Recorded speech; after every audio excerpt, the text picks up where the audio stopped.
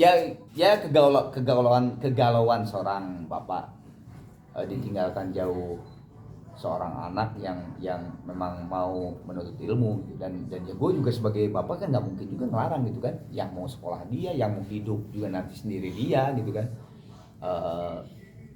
Dan beda, udah bukan lagi angkatan saya. Kalau angkatan saya kan bisa bermain fisik. Kalau sekarang ya udah, dia bilang. Tapi ya dengan berarti, nah hasilnya adalah kegalauan untuk menciptakan sebuah karya. Nah saat itu malah sebagai INR di sini ngobrol, akhirnya pemilihan siapa yang akan jadi produser, terus siapa lagi yang akan jadi collab sebagai komposer. Akhirnya cuma tim kecil lah ya. Tim kecil ya. Saya, Adi Aferi sebagai produser, arranger dan sebagainya. Terus Kamga kolaborator itunya komposer dan sebagainya. Cuman berempat aja. Cuman berempat, kita tim kecil ngerjain udah setahun lah dari kemarin. Cuma secara konsep memang kita banyak sekali brainstorm. Dari aku yang sangat mendengarkan Kang Arman dari zaman dulu, penasaran nih, waktu itu sempat bilang kayak Kang, waktu kecil ngedengerin lagunya apa aja. Nah itu tuh sama Kang Arman di list Phil Collins, apalagi kan George Benson dan segala macamnya yang 80s lah, 80s yang kita grew up dengan musik-musik tersebut, yang akhirnya dijadikan konsep untuk mengembalikan ini musik-musik ini secara semuanya. Kang Arman grew up with this kind of music dari si 5 lagu ini gitu. Jadi kalau bisa teman-teman nanti mendengarkan secara utuh, sudah kita susun secara tracklist, ada ceritanya, ada flow-nya, itu masing-masing beda banget si lagunya tersebut. Walaupun intinya kita merekatnya di 5 itu tuh, gue pengen semua lagunya ada choir gospel. Ada choir gospel yang memang kayak seolah-olah Kang Arman nyanyi, di belakang ada yang ngeginiin, karena kan beliau nih termasuk salah satu, boleh living legend bener kan? Iya kali ya. Maksudnya banyak banget penyanyi yang maksudnya dari zaman dulu sampai sekarang tuh eksistensinya ya musician lah menurut gue. Jadi kalau ketemu sama musisi muda tuh semuanya Kang langsung pada gitu. Nah itu tuh gue pengen. Dan memang saya sudah seumuran bapak-bapaknya mereka. Pengen ke translate, pengen ke reflect juga di ininya tanpa merubah Kang Arman yang kalau secara visual tuh kebayang pasti kan loncat-loncat, energiknya dan segala macamnya gitu-gitu sih. Jadi ntar bisa teman-teman dengerin juga 5 lagu itu. Tentang apa selain tentang Naja, kita tuh ada dengerin satu-satu lagu nggak sih Put? Nggak ada. Ada album review sih kalau di play. Nah, kayaknya biar narasinya lebih enak, diputer dulu aja kali ya, Dil. Boleh. Si album reviewnya. Jadi teman-teman yang belum sempat mendengarkan bisa kira-kirin lo, gua yang di depan akan megang senjata. Jagain mau apa lo sama anak gue? Gitu. Jadi ke-translate lah sebenarnya ke si lagunya gitu.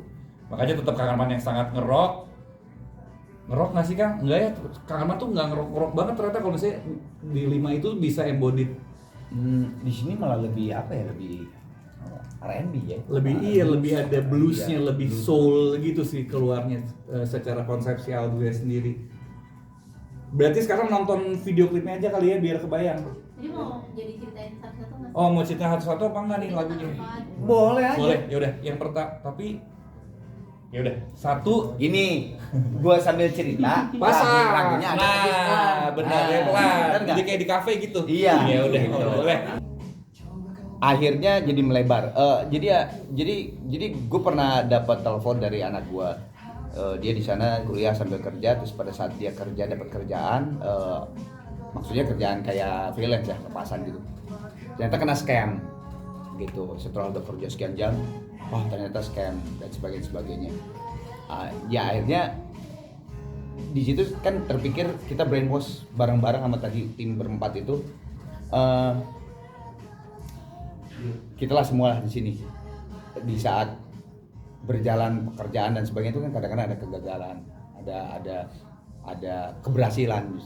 Ini ada menceritakan liriknya adalah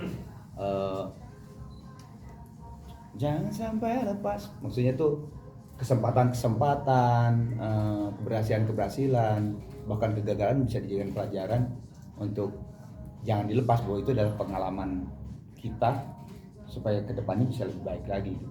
Jadi ini lebih ke kerja ya kalau ini ya. Motivasional. Motivasi lah. motivasi. Bisa dipakai di mobil kalau hari Senin pagi. Senin pagi dan Senin Sama kalau lagi di KRL ambil. ya kayak gitu. Ya termasuk gua juga pernah gagal. Iya kan? Iya. Nah, dan sebagainya itu. Penggambarannya lagu ini adalah seperti itu. Jangan sampai lepas. Oke. Kita lanjut ke lagu ketiga kali ya karena Ya, Surga Surga nantilah. Nah, kalau lagu ketiga judulnya Aku Tempatmu Pulang. Nah, kalau ini benar-benar Waduh, ini mah. Ini unexpected sebenarnya kemarin ketika dikeluarin kita nyebar ketika ini feedback yang kita dapatkan malah banyak yang suka sama lagu ini karena mengingatkan seseorang yang dicintai, iya dia sayangi. kayak waktu kecil kayaknya kalau nyokap bokap gue masang lagu kayak gini nih gitu dan secara lirik wise juga sudah sangat gamblang ketika pesan ke anak nih ya, ini sebagai kaum bapak-bapak kalau lu mau kuliah kemanapun, mau pergi, mau terbang kerja. jauh, mau apa gitu-gitu silahkan mau cari jawaban di luar sana tapi inget ya kita nih gua akan selalu jadi rumah dan tempat lu buat pulang gitu. Pengaruh nggak? Lumayan lah ya. Cuman rada kaget. Ini lagu diciptain sama saya Mala dan Ade cuman 10 menit di situ di studionya Trinity. Tapi pas kemarin gua broadcast ke teman-teman seumuran gua, ada yang lebih tua dari gua, di tengah-tengah seumuran Mala, terus bahkan yang muda-muda, anak-anak musisi yang muda ya sekarang, dari kayak Oslo segala macam lah, kayak Isyana, di bawahnya lagi kayak si Gea. Ini lagu peringkat ke-1. Iya, ternyata ya. Tapi kalau yang udah punya anak, semuanya, man gua nangis gitu. Iya ya, anak gua nanti kan gitu ya kayak Pergi, anak lu, kita izin pergi. gitu. Tiba-tiba ngekos di Bandung kan Nah. gimana gitu. Mending Bandung. Banding Bandung. Tapi Inggris. Gitu sih. Kalau yang ini kita lanjut. Ada pertanyaan dulu nggak? Enggak lah ya. Saya ngomong dulu aja. Ya udah. 4 tuh senyaman. Oh kalau ini senyaman itu sih love story lah. Love story ini. Karena dari 5 lagu, 4 Semua lagu, 4 penggambarannya lagu gue buat dari aja. anak. Kalau satu bini nggak dikasih, gue tidur di sofa. Ya udah ini love story lah itu, senyaman itu. Kalau mengingatkan kayak dengerin reference lagu Beatles gitu kita emang Brit lah ini, Brit ya, Brit pop banget lah gitu. Brit. Ini emang love story buat Kang Arman sama Teh Dewi yang sudah berapa Kang? 30. Gelo 30 tahun pernikahan. Sama Ade juga sih. Ini tuh lagu Ade. Ade Aferi itu produser. Sebenarnya ini tuh lagu udah jadi, Kang. Gue ada lagu, tapi ini buat album solo gue instrumen. Menurut tuh oke nggak? Pas gue dengerin, ini mau oke deh. Udah jadi, bener-bener udah jadi ini lagu kayak gini. Gue vokalin deh, gue kasih melodi vokal sama gue lirikin. Oke.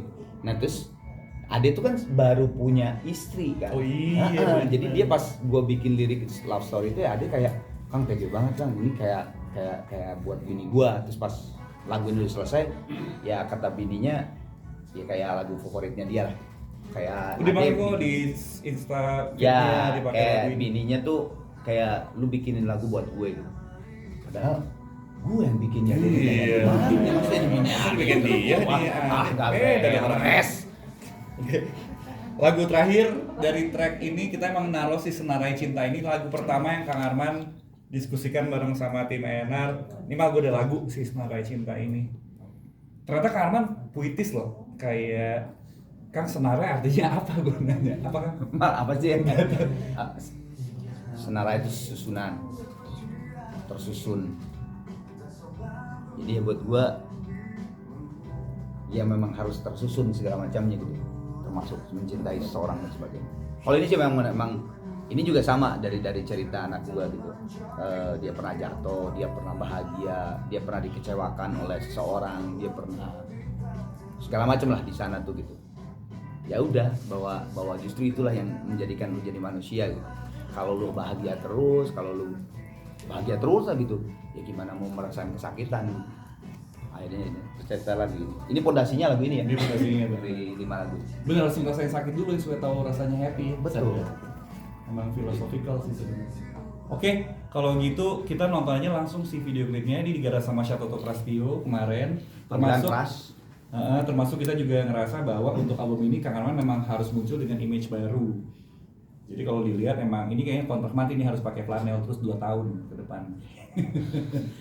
Kita nonton ya video klip Surga and then we talk about it later.